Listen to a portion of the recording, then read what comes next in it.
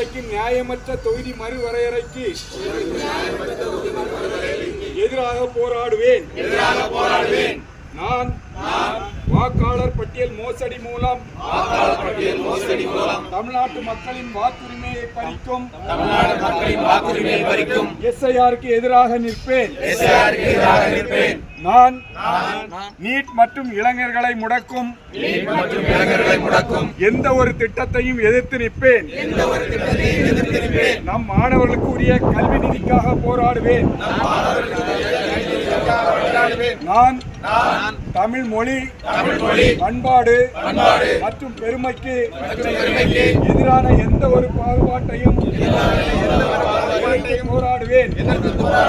நான் பெண்கள், விவசாயிகள், மீனவர்கள், நெசவாளர்கள், தொழிலாளர்கள் என ஒவ்வொரு உழைக்கும் வர்க்கத்தின்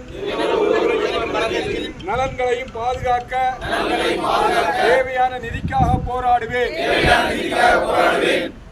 தமிழ்நாட்டை தலைகுனிய விடமாட்டேன். தமிழ்நாட்டை தலைகுனிய விடமாட்டேன்.